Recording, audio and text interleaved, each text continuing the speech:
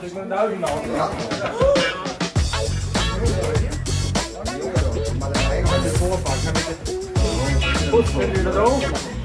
had dit nog nooit vaker meemaken. Nee, wie moet maar even de squastie en vegen nog even bellen om te vreden dat ze een kap laten maken. Want ja, dit is natuurlijk wel ter voorkoming van het leven van die dokers dat ze net bij de open haard inkomen.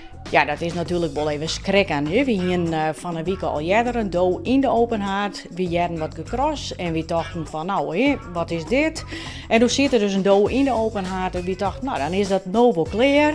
Maar die hadden we hetzelfde geloerd, dus er bleek dus nog een dood in te zitten. Ik hier de dierenbescherming bellen, want dat stier op een site dat ik dan de dierenbescherming, maar ja, die had me teruggewezen naar de brandweer.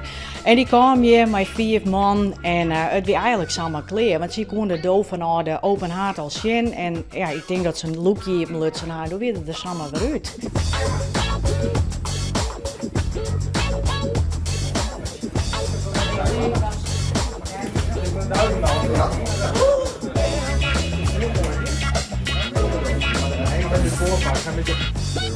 Goed, vind je dat ook?